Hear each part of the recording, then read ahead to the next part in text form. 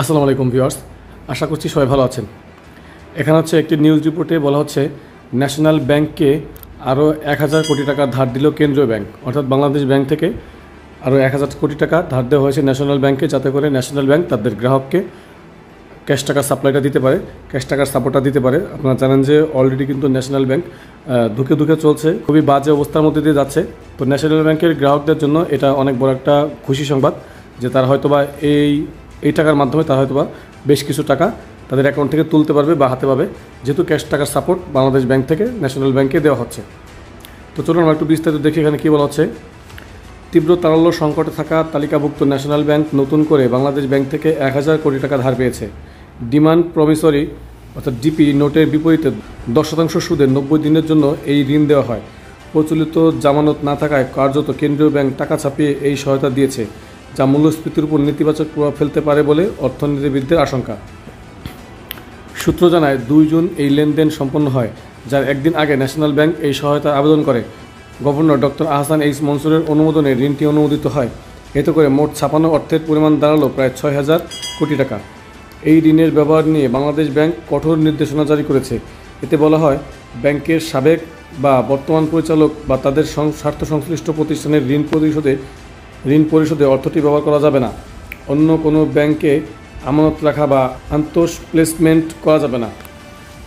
পরিচালন ব্যয়, ডিভিডেন্ড বিতরণ, অতিরিক্ত খরচ বা ডলারের লেনদেনের জন্য অর্থটি ব্যবহারের অনুমতি নেই। ব্যাংকটির আর্থিক অবস্থার ক্রমাবনতির প্রেক্ষাপটে 2023 সালের 5 আগস্ট বাংলাদেশ ব্যাংক পরিচালনা পর্ষদ বাতিল করে নতুন পর্ষদ গঠন করে দেয়। সিকদার পরিবার ও এসালম গ্রুপের নিয়ন্ত্রণে দীর্ঘদিন ধরে নানা আর্থিক অনিয়মের জন্য অভিযোগ রয়েছে। 2023 সাল শেষে ব্যাংকটির লোকসান দাঁড়ায় 1706 কোটি টাকা, যা আগের বছরের তুলনায় 14% বেশি। উল্লেখযোগ্যভাবে 2022 সালে ব্যাংকটি এককভাবে দেশের ইতিহাসে সর্বোচ্চ 3261 কোটি টাকা লোকসান করে। যদিও ডক্টর মনসুর দায়িত্ব নেওয়ার পর টাকা ছাপিয়ে সহায়তা না দেওয়ার নীতি কথা বলেছিলেন, তবে গত মার্চে সেই অবস্থান থেকে সরে এসে প্রয়োজনে দুর্বল ব্যাংকের সহায়তার কথা জানান। এ বিষয়ে বাংলাদেশ ব্যাংকের মুখপাত্র বলেন, আমরা কোনো ব্যাংক বন্ধ করতে চাই না, এতে আমানতকারীদের আস্থা হারানোর ঝুঁকি থাকে। আইন কার্যকর হওয়ার আগ পর্যন্ত সহায়তা দেওয়া হচ্ছে। তিনি আরও স্বীকার করেন, বিষয়টি মূল্যস্ফীতির সঙ্গে সাংঘর্ষিক হলেও তাৎক্ষণিক স্থিতিশীলতা বজায় রাখাই এখন অগ্রাধিকার। অর্থাৎ আমরা যেটা বুঝলাম যে নতুন করে টাকা ছাপিয়ে বাংলাদেশ ব্যাংকের বর্তমান governor doctor Ahsan H Mansur national ব্যাংকে আরও 1000 কোটি টাকা দিয়েছেন, যেটা আগেও কিন্তু ন্যাশনাল ব্যাংকে বেশ কয়েকবার বাংলাদেশ ব্যাংক থেকে ক্যাশ টাকার সাপোর্ট দেওয়া হয়েছে, যাতে করে তাদের গ্রাহকদেরকে ঠিকমতো টাকা দিতে পারে। তারপরও ন্যাশনাল ব্যাংক সেভাবে ঘুরে দাঁড়াতে পারেনি, যেমনটা হচ্ছে ইসলামী ব্যাংক সহ আরও বেশ কয়েকটি ব্যাংক দাঁড়িয়ে গেছে। তার ভিতরে যে কয়টা ব্যাংক দুর্বল রয়েছে তার ভিতরে ন্যাশনাল ব্যাংকের অবস্থা খুবই করুণ, যেটা বলতে বাধ্য হচ্ছি যে সিকদার গ্রুপ কিন্তু এই ব্যাংকটাকে একদম শেষ করে ফেলেছে।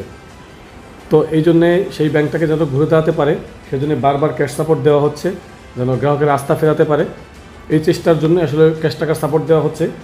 ডক্টর আহসান এইচ মনসুর তিনি মূল্যস্ফীতির কথা মাথায় রেখেও তারপরেও কিন্তু মূল্যস্ফীতি হবে এটা জেনেও কিন্তু ন্যাশনাল ব্যাংকে ক্যাশ টাকা ছাপিয়ে দিচ্ছেন, কারণ হচ্ছে যেন ব্যাংকের উপর আস্থা ফিরে আসে, যেন ব্যাংক বন্ধ করতে না হয়। আর ব্যাংকের উপর আস্থা ফিরে আসলেই মানুষ আবার ব্যাংকে টাকা রাখবে, সব দুর্বল ব্যাংকগুলো ঘুরে দাঁড়াবে। এভাবে কিন্তু অর্থনীতির চাকা আরও বেশি চাঙ্গা হবে, আর তখন এই মূল্যস্ফীতিটা খুব বেশি চোখে পড়বে না, কারণ এটা তখন ব্যালেন্স হয়ে যাবে। তো এভাবেই চেষ্টা করে চলেছেন দুর্বল ব্যাংকগুলোকে যেন সবল করা যায় এই উদ্দেশ্যে। তো আমাদের আজকের ভিডিও এতটুকুই। ভিডিওটি ভালো লাগলে অবশ্যই একটি লাইক দেবেন, ফ্রেন্ডদের সাথে শেয়ার করবেন, আর অবশ্যই আমাদের চ্যানেলটি সাবস্ক্রাইব করে রাখবেন এ ধরনের ভিডিও আরও পাওয়ার জন্য। তো আজকের আয়োজন এই পর্যন্তই, দেখা হচ্ছে নেক্সট ভিডিওতে। টিল দেন টেক ইয়োরসেলফ, আল্লাহ হাফেজ।